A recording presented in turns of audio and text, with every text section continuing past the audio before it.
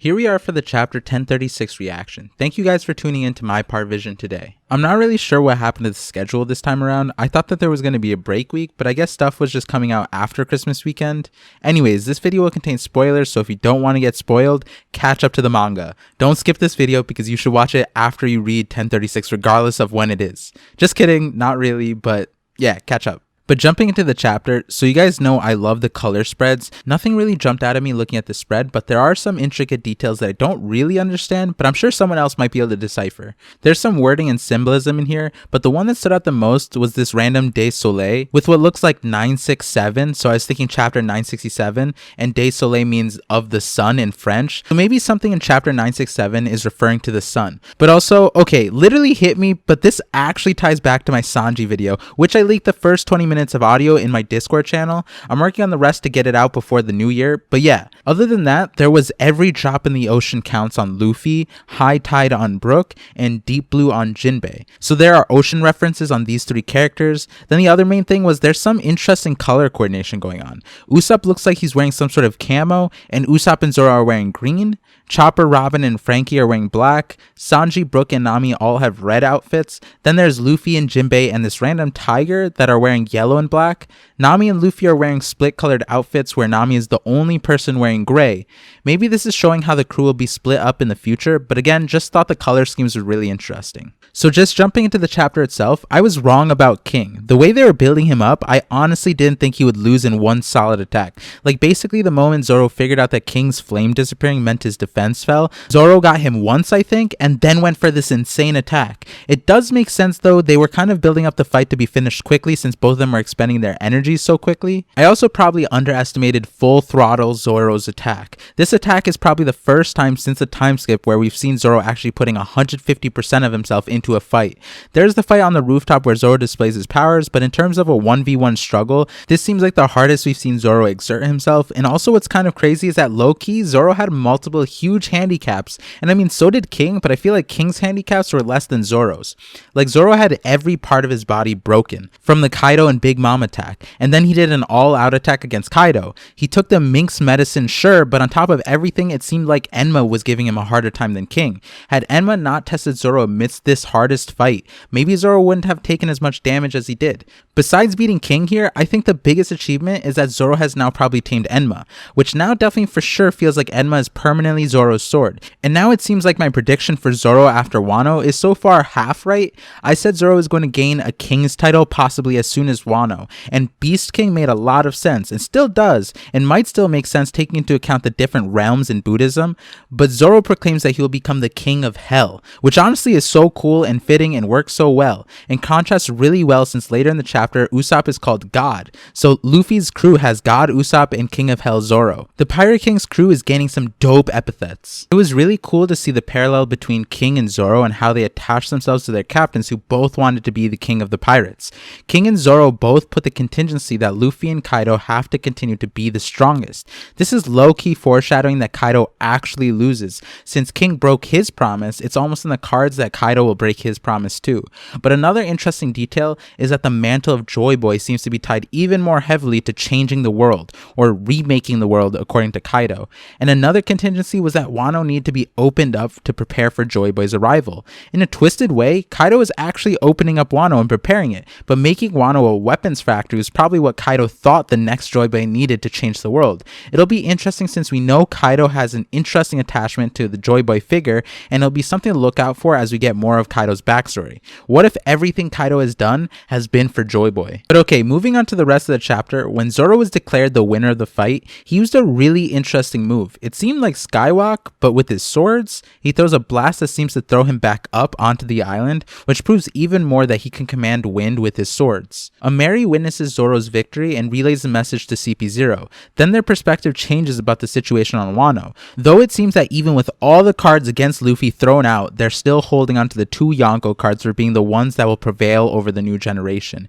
Basically, the CP0 reflects the raid failing sentiment in the community, so I guess if you're thinking the raid is failing still, you're on the CP0 side. Not saying that the two Yonko cards are weak, but I definitely don't think they are enough to overcome things at the moment. I am a little confused. I feel like since I was wrong about King having more levels to his powers, maybe Kaido and Big Mom have already shown the upper limits of their powers. But they are Yonkos. It would make sense if they have a plus ultra moment too.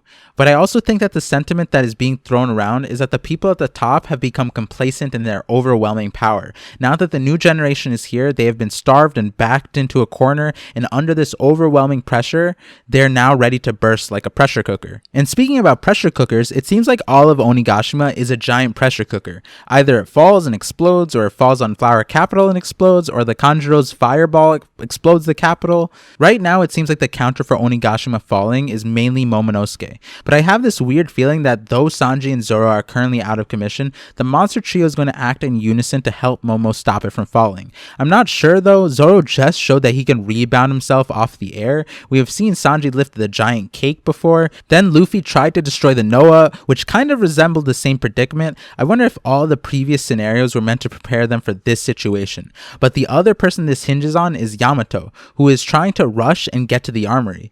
I kind of forgot what her actual plan is. What is she planning on doing when she gets to the armory? I feel like the only person who can actually do something with the explosives is Kid, right?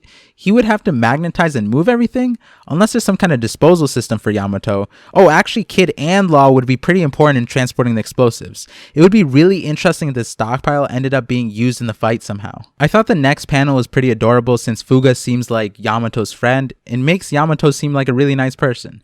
It's gonna be a fun day when all of Luffy's princesses finally meet up, but then we get to the part of the arc that I've been waiting for, some Usopp action. He's valiantly protecting the Red Scabbards alone, and Usopp says something so powerful. Usopp acknowledges that he may sometimes look pathetic and is struggling, but he doesn't care about how he looks because he survives. Usopp grips life not too differently than Luffy, just they have different capacities for their output.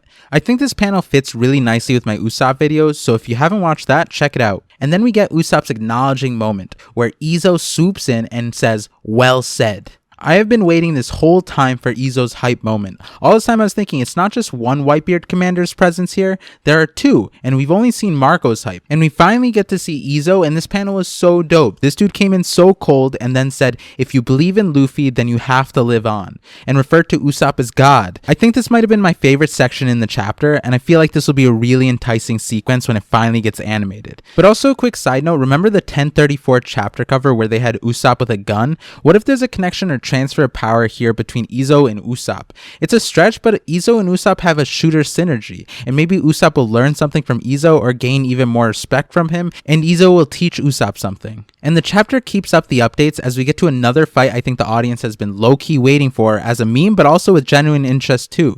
The ninja fight between Raizo and Fukurokuju. They both have paralysis jutsu on each other? Is that like shadow possession from Shikamaru?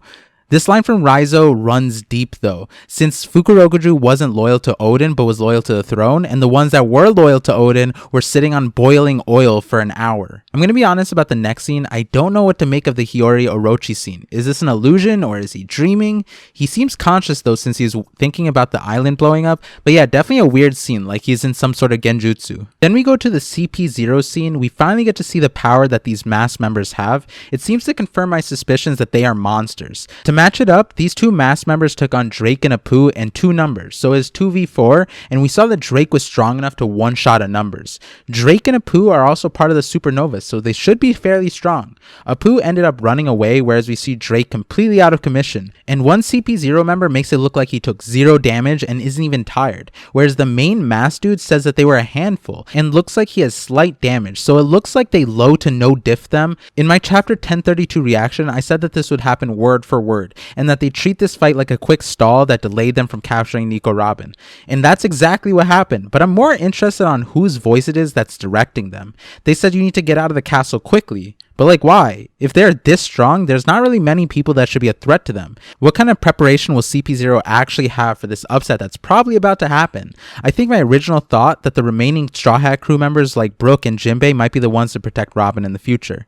And now we get to one of the most anticipated fights that will probably start off 2022, Luffy versus Kaido. When I saw this first panel, I started to low-key shake a little because the way Luffy's fist is here with just his hand in armament and it's consolidated and balled up, I thought it was the precursor to the whip move that I talked about in my first One Piece video. I'll be so hyped if we ever get that supersonic whip attack. But this was an interesting move. It was rock gun, so his hand started out normal size and became giant. I think this is a new move, but the biggest part here is the emotions. Luffy and Kaido are both enjoying this battle and laughing. It's kind of what I was saying in my observation hockey video about the Luffy versus Katakuri fight. It seems like the more Luffy and Kaido fight here, the stronger their mantra or mind ropes become. And that means the more they empathize with each other and create an intimate understanding for the other's values. They both started out this fight actually wanting to kill each other. I don't think that's changed, but this standoff has now slowly transformed into more of how Whitebeard and Roger faced off. The fact that Luffy says this is getting good and Kaido says I was thinking the same thing, this isn't a conversation that you'd have with people you hate. Like, Luffy never said this to Doflamingo. I wonder if in this fight we're going to see a parallel to Kaido versus Oden, where in the final minute of the fight someone tries to deceive Luffy and distract him, but I wonder if Kaido's actions will change in that instance. The next chapter is going to be crazy, I hope. If there was a time for Kaido to pull out another level of his power, it'll probably be next chapter. Like I said before, I'll be trying to get my Sanjay video out before the new year, so look forward to that, and thank you guys for supporting me as I start to expand my channel into new content. The new year is going to be really exciting, so happy New Year's to you all, just in case I don't get to say it before then. In any case, thank you for tuning in and connecting with me on this chapter reaction video. I'm looking forward to connecting with you all on the next Part Vision.